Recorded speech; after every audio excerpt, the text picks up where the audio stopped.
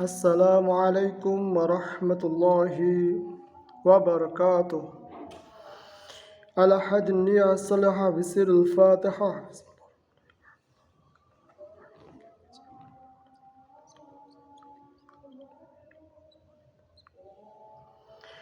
Wa ila hadratin Nabi al-Mustafa sallallahu alaihi wasallam wa ala alihi wa ansarihi wa ahli baitihi ajma'in asyhadu ilmul fatihah.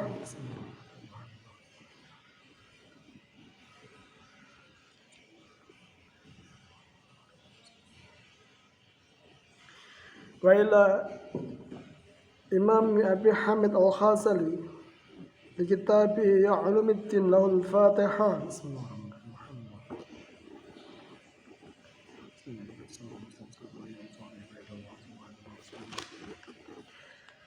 Wa ila Syekhina Al-Kiram Kyai Haji Saifuddin Suri Hashim lahul Fatihah.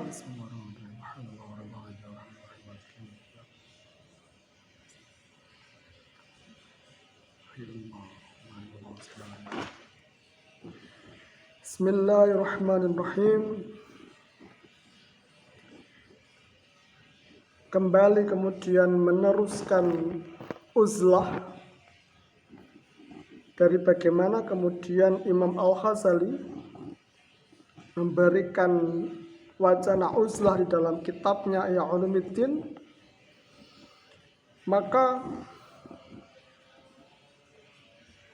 at-tafarruhu lil ibadah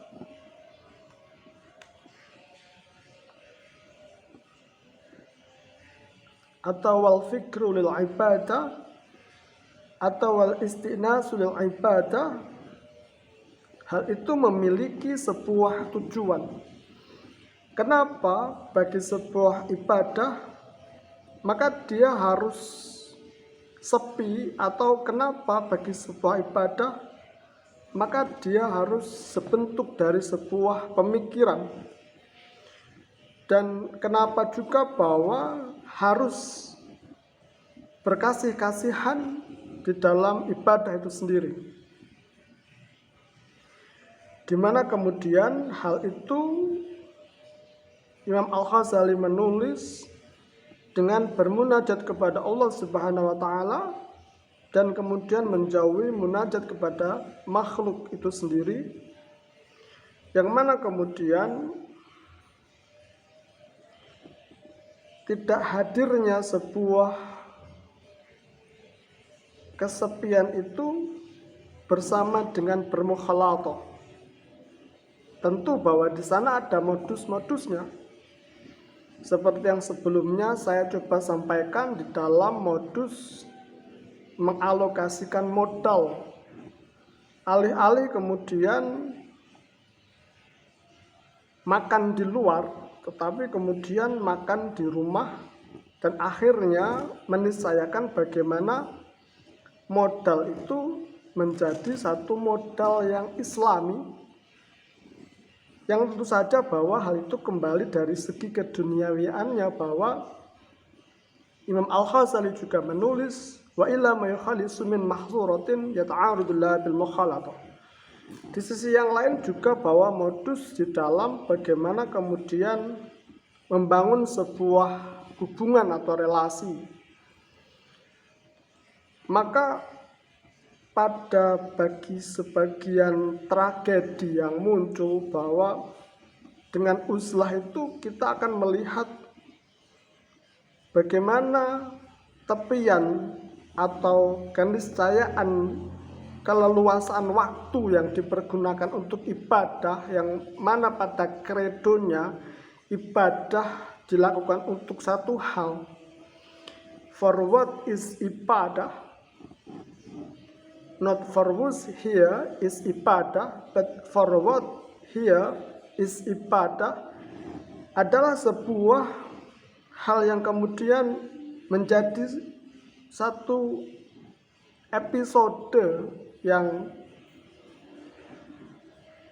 jeluk di dalam fikih keberagaman Islam itu sendiri, bahwa niscaya-niscayanya kemudian orang membangun sebuah uzlahnya pasti juga terlampir pada bagian kemudian dia memiliki pasangan hidup yang demikian atau yang demikian. Jadi dalam istilah Jawa orang bilang nyetel sama uzlahnya itu sendiri.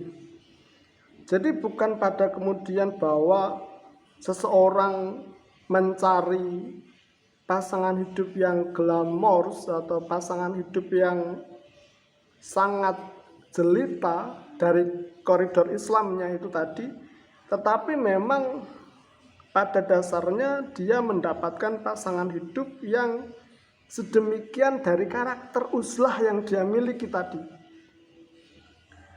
Dan itu menjadi satu hal yang kemudian mengerucut pada kebiasaan umat Islam di seluruh dunia itu sendiri. Yang mana kemudian pertanyaan umum bagi mereka adalah bagaimana nilai daripada ibadah mereka itu sendiri. Yang oleh karena itu maka konsep pemakcomblangan di dalam Islam itu juga selalu mengikuti pada koridor atau karakter uzlah yang mana nilainya juga akan bermacam-macam. Sehingga kemudian concern pada ibadah itu tidak mungkin tidak akan menjadi sebuah ujung di atas pergerakan Islam itu sendiri, yang mana kemudian uzlah menjadi satu keniscayaan daripada modus hubungan itu. Banyak sekali kemudian setiap orang mengeluhkan karakter bahwa mereka yang kemudian menikah dan akhirnya beruzlah dari pernikahannya, maka pada modus perkembangan hubungan dari uzlahnya, semua nilai ibadahnya habis dengan istrinya. Yang mana kemudian negara yang akhirnya menjadi tanggung jawabnya dia, akhirnya menjadi terjajah oleh negara lain. Jadi ini satu epos yang sebelumnya sering diceritakan dan dicita-citakan oleh seluruh umat manusia. Lalu muncul kemudian sebuah pertanyaan, yang mana pertanyaan itu berada di dalam pemikiran kita umat Islam yang masih muda. Lalu bagaimana karakter Islam yang kemudian dapat tidak terjajah sama sekali? Maka hal itu juga harus kita ketahui dan kita terangkan dengan satu keterangan yang jelentreh dan jelas, sebelum kemudian kita akan terus bersuudzon bahwa tidak ada kemerdekaan di dalam Islam itu sendiri. Kalau kemudian tidak ada kemerdekaan di dalam Islam, maka tidak akan ada kemudian sebuah daya yang optimal di dalam Islam itu sendiri. Oleh karena itu maka menjelaskan satu modulasi uzlah ini akan menjadi semakin menarik untuk kemudian bagaimana pada faidah yang pertama oleh Imam Al-Ghazali bahwa uzlah ini diperuntukkan untuk ibadah itu sendiri. Mungkin sekenanya di luar sana orang akan ikut tertawa melihat bagaimana coreng-moreng hukum di dunia Islam itu sendiri. Tapi tentu saja bahwa apa yang saya sampaikan itu adalah satu hal yang memiliki landasan yang mendasar, dan Imam Al-Ghazali pun menulis di sini at-tafarruqu lil ibadah, bahkan wal fikru lil ibadah, wal istinasu lil ibadah. Kalau kemudian dalam wal fikru lil ibadah, tapi pada konsepnya umat Islam berantem terus dengan istrinya, maka dia tidak punya waktu untuk beribadah. Mas, gulanya habis, mas, kopinya habis, mas, berasnya habis, mas, uangnya habis. Dari situ maka timbul pertanyaan, kapan Islam itu merdeka? Karena semua modus dari operandi uslahnya telah sedemikian dihabiskan daripada istrinya tadi. Maka di sini dibutuhkan satu gaya pemikiran bagi ibadah itu sendiri. Gimana sih style pemikirannya sehingga kemudian ibadahnya itu menjadi luar biasa dan berdampak pada, kalau di masa lampau, adalah kemerdekaan Islam itu sendiri. Tidak harus kemudian menjadi bombing atau tidak harus kemudian ngebom di mana-mana, tidak harus menjadi teroris, karena kita berkaca pada di masa yang lalu yang oleh Imam Al-Ghazali bahwa modus daripada hubungan atau berpikir dalam muslah itu juga tertera di dalam Ihya Ulumuddin itu sendiri.